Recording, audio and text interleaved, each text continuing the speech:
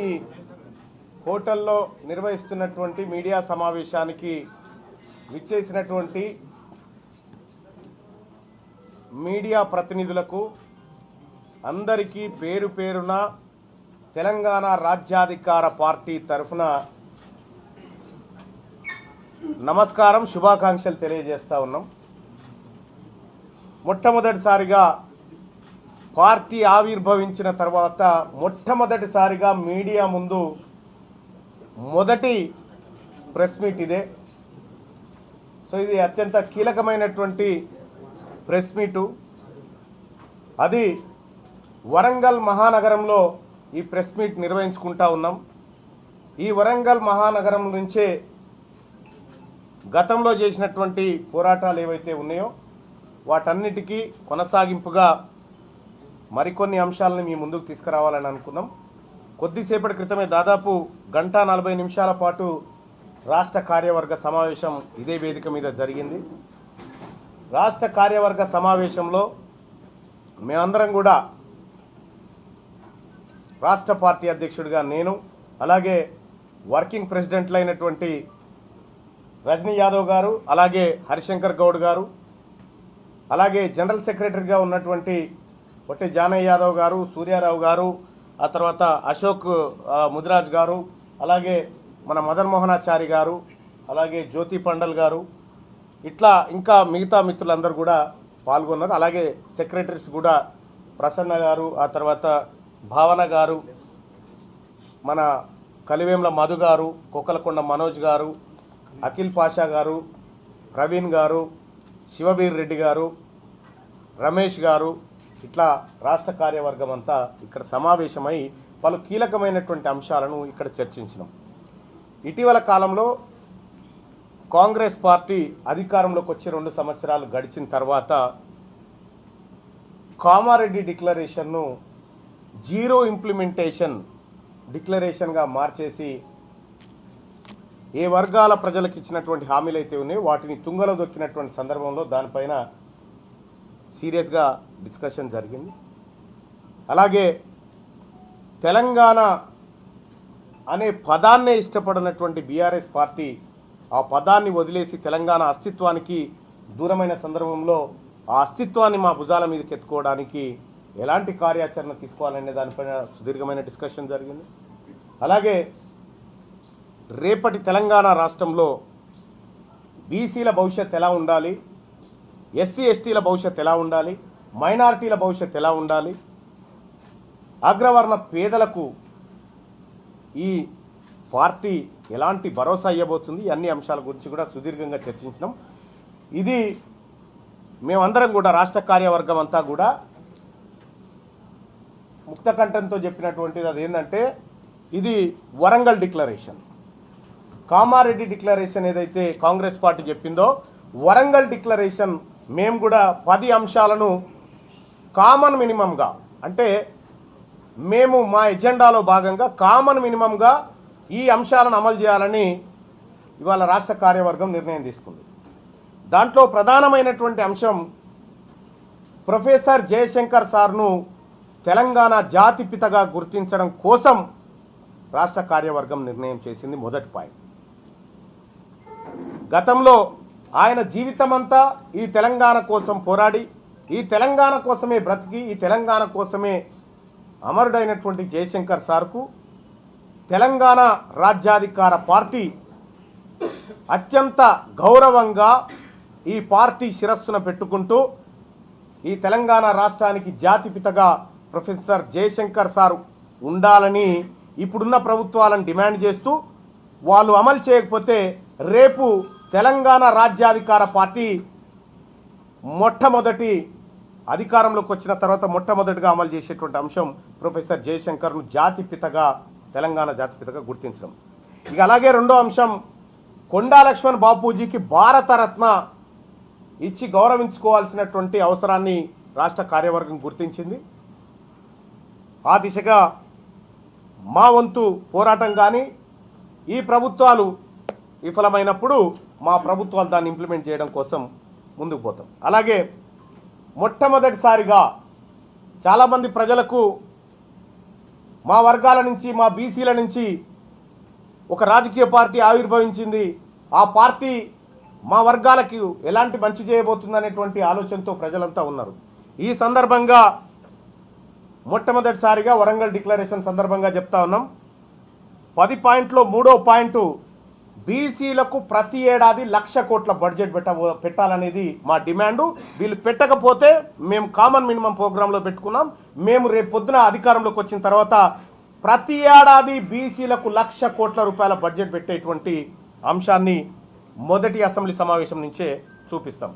అలాగే ప్రతి బీసీ కుటుంబానికి 2 లక్షల ఎకరాలు. ఇప్పుడు బీసీ బడ్జెట్ విషయానికి వస్తే కామారెడ్డి డిక్లరేషన్లో కాంగ్రెస్ పార్టీ ప్రతి ఏడాది బీసీలకు 20,000 కోట్ల రూపాయల బడ్జెట్ ఇస్తామని చెప్పి మొదటి ఏడాది 9,200 కోట్లు ఇస్తే అందులో కేవలం 2,200 కోట్లు మాత్రమే ఖర్చు పెట్టి మిగతాదంతా దారి మళ్లించింది. ఆ తర్వాత రెండో బడ్జెట్లోనైనా కాంగ్రెస్ పార్టీ ఇంప్లిమెంట్ చేస్తుందేమో హామీనంటే కేవలం 11,000 కోట్ల రూపాయలు పెట్టి దాని ఖర్చు అంతంత మాత్రంగానే ఉంది.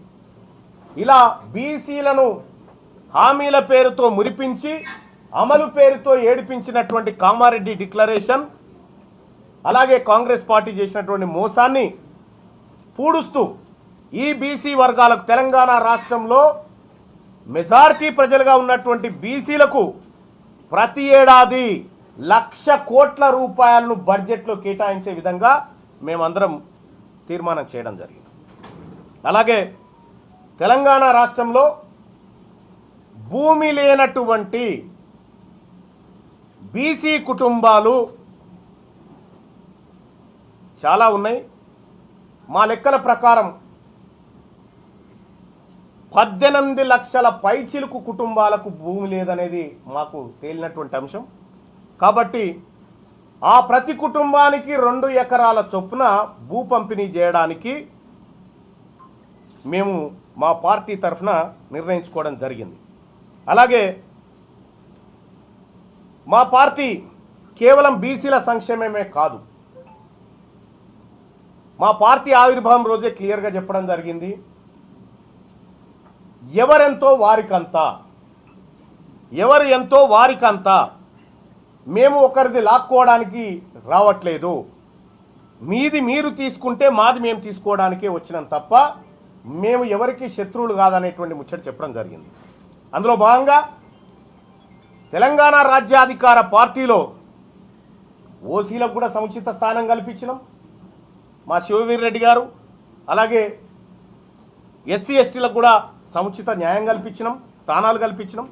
ఇక అలాగే ఇప్పుడు మొట్టమొదటిసారిగా Congress party, BJP party, BRS పార్టీలు తమ మేనిఫెస్టోలో ఎక్కడ కూడా అగ్రవర్ణ పేదల గురించి ఆలోచించిన పాపాన పోలేదు.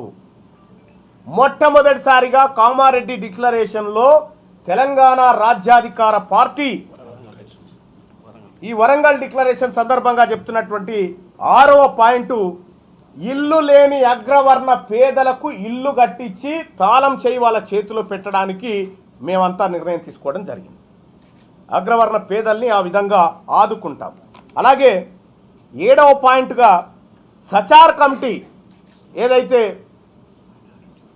నివేదిక ఇచ్చిందో, ఈ భారతదేశంలో ఉన్నటువంటి ముస్లింలు ఈ దేశంలో ఉన్నటువంటి ఎస్సీల కంటే కూడా వెనకబడిపోయారనేటువంటి సైంటిఫిక్ డేటా సచార్ కమిటీ ఇచ్చిందో, ఆ సచార్ కమిటీ నివేదిక ఆధారంగా తెలంగాణ రాష్ట్రంలో ఉన్నటువంటి ముస్లిం మైనారిటీలు లేదంటే ఇతర మైనారిటీ సోదరులు ఎవరైతే ఉన్నారో వాళ్ళని అప్లిఫ్ట్ చేయడానికి, అభివృద్ధి చేయడానికి ఆ సచార్ కమిటీ నివేదిక ఆధారంగా వాళ్ళకు ప్రత్యేక పథకాలు రూపొందించి వాళ్ళ జీవన ప్రమాణాలు పెంచాలని చెప్పి మేమంతా నిర్ణయం చేయడం జరిగింది.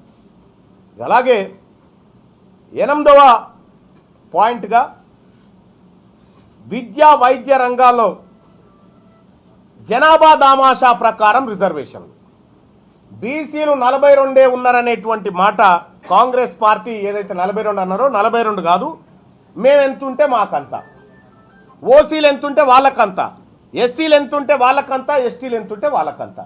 జనాభా దామాషా ప్రకారం అందరికీ ఫలాలు అందాలి, విద్యా ఉద్యోగాలలో వాళ్ళకు రావాల్సినటువంటి జనాభా ఆధారంగా రిజర్వేషన్ పంపిణీ మా ప్రభుత్వ ప్రయత్నం. 8వ అంశం. ఇక 9వ అంశానికి వస్తే ప్రైవేటు రంగంలో కూడా రిజర్వేషన్లు అమలు చేయడంతో పాటు స్థానికతకు గుర్తింపునిచ్చే విధంగా పాలసీలను తయారు చేసే విధంగా రేపటి మా తెలంగాణ రాజ్యాధికార పార్టీ పూర్తి స్థాయిలో చిత్తశుద్ధితో పనిచేయబోతా ఉంది. అలాగే మరీ ముఖ్యంగా ఇవాళ తెలంగాణ ప్రాంతంలో ఎక్కడ చూసినా ఏ కుటుంబం చూసినా ఆర్థికంగా ఛిద్రమవుతుంది రెండు రంగాల వల్ల. ఒకటి విద్య, రెండోది వైద్య రంగం వల్ల ఛిద్రమవుతా ఉన్నాయి. కాబట్టి తెలంగాణ రాష్ట్రంలో ఉన్నటువంటి ప్రతి ఒక్కరికి కార్పొరేట్ లెవెల్లో ఉచిత విద్యను అందించడం, కార్పొరేట్ లెవెల్లో ఉచిత వైద్యాన్ని అందించడం, అలాగే తెలంగాణ జనాభాలో 50% ఉన్నటువంటి మహిళలను ప్రత్యేకంగా గుర్తించి ఈ 3 రంగాలను మొదటి ప్రాధాన్యత అంశంగా భవిష్యత్తులో తీసుకోవడంతో పాటు వీటిపైన బీసీ మేధావులు, ప్రొఫెసర్లు అందరితోని ఒక కమిటీ వేసి ఈ 3 రంగాలను చాలా పకడ్బందీగా ఎలా అమలు చేయాలనేటువంటి అంశం పైన ఒక నిర్ణయం తీసుకోవడం జరిగింది. ఈ 10 అంశాలు వరంగల్ డిక్లరేషన్లో ఈ 10 అంశాలను తెలంగాణ రాజ్యాధికార పార్టీ టేక్ ఓవర్ చేస్తూ ఉంది. సో ఈ కార్యక్రమాన్ని దాదాపు 1:45 పాటు మా రాష్ట్ర కార్యవర్గ సమావేశం జరిగింది. ఇప్పటి వరకు తెలంగాణ రాష్ట్రంలో పార్టీ ఆవిర్భావం అనేటువంటి అంశమే కానీ ఈ పార్టీ కామన్ మినిమంగా ఏం చేయబోతా ఉంది ప్రజలకు అనేది 10 పాయింట్ల ద్వారా వరంగల్ డిక్లరేషన్లో గౌరవ మీడియా ముందు ఉంచుతున్నాం.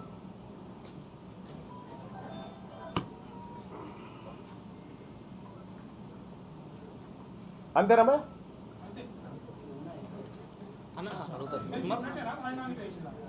ఎమ్మెల్సీ ఇప్పుడు చాలామంది ఆ బీఆర్ఎస్లో గెలిచి కాంగ్రెస్లో చేరారు కదా, వాళ్ళ దాన్ని అయిన తర్వాత నా దానికి వద్దామనిపిస్తుంది.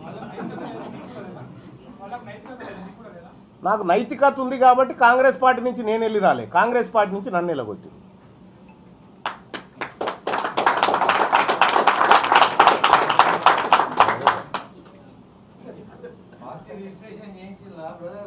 పార్టీ రిజిస్ట్రేషన్ ప్రక్రియ దాదాపుగా పూర్తయింది.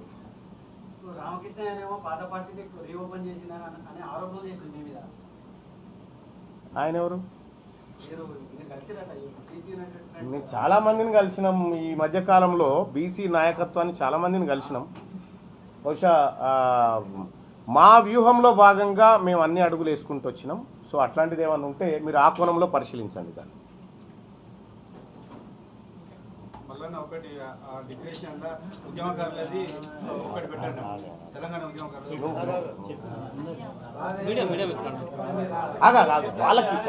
వాళ్ళకి ఏది జయశంకర్ సార్ జాతి పిత అని చెప్పడం అంటే ఈ ఉద్యమానికి అత్యంత కీలకమైన గౌరవం ఇవ్వడం అన్నట్టు. మొదటి పాయింటే అది. ఇంకొక విషయం ఈ 10వ పాయింట్లో ఇంకొక పాయింట్ నేను మర్చిపోయిన. వాస్తవానికి వరంగల్ పట్టణాన్ని తెలంగాణ రాష్ట్రానికి 2వ రాజధానిగా చేయాలనేది మా పార్టీ తీసుకున్నటువంటి నిర్ణయం. 10 అయితే ఇందులో ప్రైవేటు రంగంలో రిజర్వేషన్లతో పాటు విద్యా, వైద్యం, జనాభా దామాష ప్రకారం అనేది ఒకటే పాయింట్. అది 2 మొత్తం 2% పైన కాంగ్రెస్ పార్టీ సీరియస్ గా లేదు అనేది ఒక చర్చ సీరియస్ గా జరుగుతుంది. అది కావాల్సింది ఇప్పుడు 50% అని గతంలో ఉన్నదాన్ని ఆయన 10% పెంచి ఈబీసీ అని తీసుకొచ్చింది 23 ఎన్నికల మోడీ. ఇప్పుడు అది 50 దాటి 60 పెంచి ఈ క్రమంలో బీసీలు కూడా కావాలంటే పార్లమెంట్ చేయాలి కదా వ్యవస్థ. అంటే మనకి ఇక్కడ ఒక ఆప్షన్ ఏముందంటే, దయచేసి మీడియా గమనించాల్సినటువంటి అంశము, మంచి పాయింట్ కూడా, 10% ఈడబ్ల్యూఎస్ కోటా కింద తీసుకురావడం వల్ల Indira Sahani versus union of India కేసును మనం క్రాస్ చేస్తూ ఉన్నాం. మనకు ఏదైతే సుప్రీంకోర్టు విధించినటువంటి 50% రిజర్వేషన్ లిమిట్ ఉందో దాన్ని క్రాస్ చేస్తూ ఉన్నాం అనేటువంటి మాట మీరు చెప్పినారు. సో ఇక్కడ ఈ తెలంగాణ ప్రభుత్వం ఏం చెప్తా ఉంది, లోకల్ బాడీ ఎన్నికల్లో క్రాస్ కాలే, విద్యా ఉద్యోగాల కాడ క్రాస్ అయింది. అది ఈ విద్యా ఉద్యోగాల కాడ క్రాస్ చేయమని మేము కూడా చెప్తా ఉన్నాం. ఈ సాహసం ప్రభుత్వం చేయదు. అయ్యే కార్యక్రమం చేయకుండా కాని దాన్ని మాకు చూపెట్టి ఒంటె పెదవులకు నక్కాశ పడ్డట్టుగా మీకు 42 వస్తుంది. ఆల్రెడీ తెలంగాణ రాష్ట్రంలో బీసీ సర్పంచుల సంఖ్య 51.5%. ఆల్రెడీ తెలంగాణ రాష్ట్రంలో బీసీ ఎంపీటీసీల సంఖ్య 50.5%. ఇక నువ్వు కొత్తగా ఇంకో 8 కట్ చేసి ఇచ్చుడు తప్ప కొత్తగా చేసేది ఏముండదు. నువ్వు ఇవ్వాల్సింది మాకు విద్యా ఉద్యోగాలలో తక్షణమే నువ్వు చెప్పిన 42 ఏదో అంటున్నావు కదా, అది ఇంప్లిమెంట్ చేయి. మీరు ఆ విధంగా నువ్వు సుప్రీంకోర్టు పోయి సుప్రీంకోర్టుకు సైటేషన్ చెప్పొచ్చు, ఏమని, ఈడబ్ల్యూఎస్ కోటా ద్వారా 50% క్రాస్ అయిపోయినాం కాబట్టి దీన్ని కన్సిడర్ చేయండి అని చెప్పి చెప్పడానికి మన కాడ ఉంది. నువ్వు అది పోకుండా ఈ లోకల్ బాడీ ఎన్నికల రిజర్వేషన్కి పోతా ఉన్నావు. లోకల్ బాడీ ఎన్నికల్లో రిజర్వేషన్ల విషయంలో ఆల్రెడీ వీ క్రాస్డ్ 50% అబోవ్. కాబట్టి ఇది ఒక రకమైనటువంటి డ్రామా, దీన్ని కూడా పరిశీలిస్తాం. నెక్స్ట్ రాబోయే రోజుల్లో మీ పార్టీ మీతో కలిసిపోదాం అనుకునే వాళ్ళతో కలిసిపోయే అవకాశాలు ఉన్నాయి, అది ఎవరైనా ఇప్పుడు కాంగ్రెస్ పార్టీని మా దాంట్లో విలీనం చేస్తామన్నా ఒప్పుకుంటాం, మాకేం ఇబ్బంది లేదు. కాకపోతే నేను ఏమంటున్నా భయ్యా, మాతో కలిసి రావాలంటే మా నైతికత ఉండాలి, మా భావసారూప్యత ఉండి మా పార్టీతో కలిసి వచ్చి అయ్యా మీరు చేస్తుంది మంచి పని అని చెప్పి ఆ పార్టీలు భావిస్తే మాతో కలిసి నడుస్తా అంటే మాకే ఇబ్బంది లేదు. మా అంతిమ లక్ష్యం ఏ వర్గాలకైతే అధికారం దూరమైందో ఆ వర్గాలకు సముచితమైనటువంటి న్యాయం చేస్తూ అందరినీ సమాన స్థాయికి తీసుకురావాలి. విలీనం చేయమంటున్నా. అందుకే నేనేమంటున్నా, కాంగ్రెస్ పార్టీ రేవంత్ రెడ్డి గారిది కాదు, లేకపోతే మహేష్ కుమార్ గౌడ్ గారిది కాదు. కాంగ్రెస్ పార్టీకి అధిష్టానం ఢిల్లీలో ఉంటుంది. ఒకవేళ అయ్యా వీళ్ళు మమ్మల్ని మోసం చేసిరు, ఈ రేవంత్ రెడ్డి గారు జానారెడ్డి గారు మోసం చేసిరు, మీరు చేసిందే కరెక్ట్ అయ్యా, మీ వెంటనే నడుస్తాను తీయని వాళ్ళు వస్తే మేమేం చేస్తాం అంటున్నా. లోకల్ బాడీలో నైతికత లేదు కాంగ్రెస్ పార్టీకి అని మీరు చెప్తున్నారు. 100% విద్యా ఉద్యోగాలలో అలా వాళ్ళు కలిసి మేము తీసుకుంటాం అని ఎక్కడ అంటే నేను నైతికత లేదని మీరే. ఇప్పుడు కాంగ్రెస్ పార్టీ, నేను చెప్పిన మాట, కాంగ్రెస్ పార్టీని మా దాంట్లో విలీనం చేయమని చెప్తా ఉన్నాం. ఎందుకంటే చేసిన పాప పరిహారం అన్న అవుతుంది, మీకు పాప పరిహారం అన్న అవుతుంది కాంగ్రెస్ పార్టీకి. ఎందుకంటే ఇచ్చిన హామీలు నిలబెట్టకుండా తప్పు చేసినవయ్యా, ఆ తప్పుకు పరిహారంగా మీ బీసీలు వెంటనే నడిచి వస్తామని వస్తే అప్పుడు ఆలోచిస్తాం. మేము ఇస్తాం కదా, ఇచ్చేటోళ్ళం మేము కదా.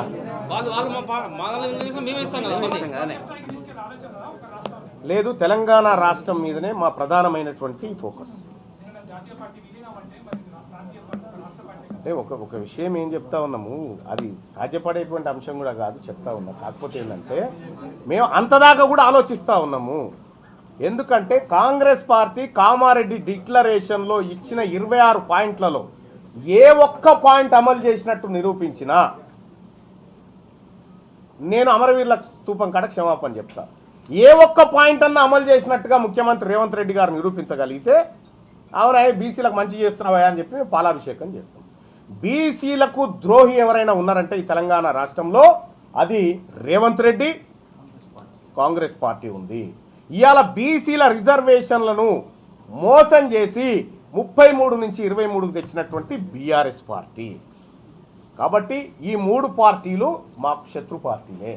ఇవి మా పార్టీలు కాదు, మా ప్రజల పార్టీలు కాదు. కాబట్టి మేము శత్రువు మా దగ్గరకు వచ్చి ఇవాళ మా డిక్లరేషన్లో అగ్రవర్ణ పేదలకు కూడా ఇల్లు కట్టిస్తామనేటువంటి డిక్లరేషన్ చేయడం అంటే మా చిత్తశుద్ధిని అర్థం చేసుకోండి. మేము ప్రజలందరినీ సమాన దృష్టితో చూడాలనుకుంటున్నాం.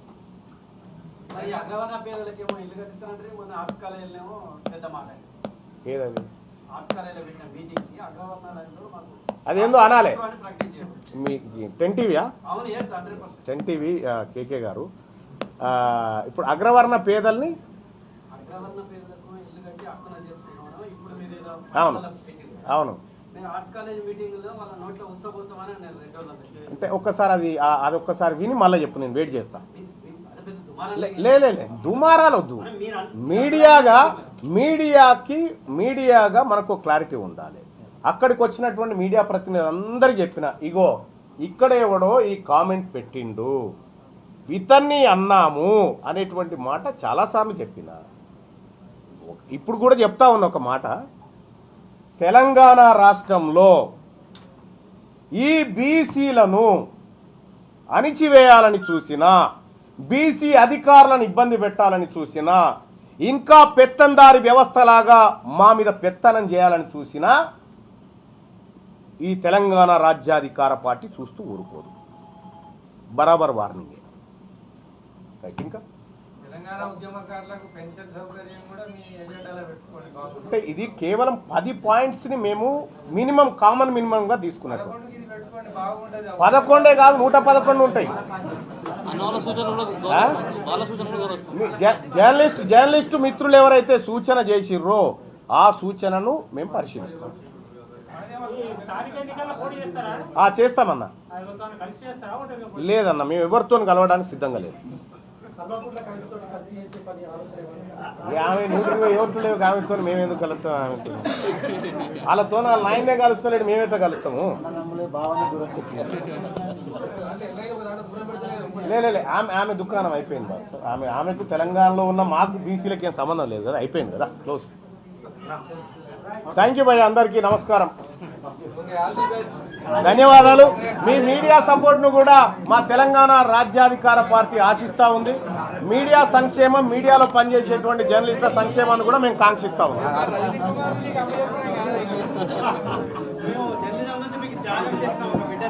బరాబర్ చేసినాము.